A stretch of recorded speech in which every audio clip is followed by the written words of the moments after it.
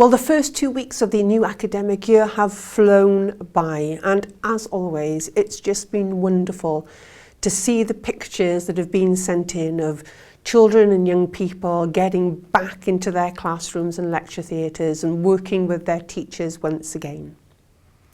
You may be aware that some staff and pupils at schools in Wales have needed to begin periods of self-isolation over the last few days, however. Given that the coronavirus still exists in our communities, well, this was to be expected.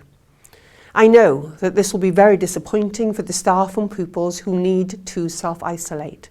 But I want to thank those schools which have taken immediate action to help stop the spread of the coronavirus. Schools have plans in place to help stop that spread.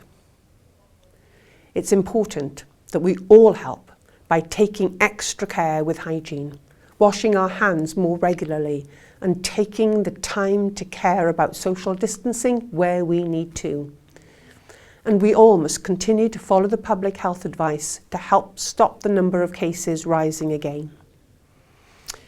We are at a crucial stage in the pandemic, and our priority must be to take swift action to stop the spread of the virus. So thank you again to everyone who is doing their bit to keep each other safe.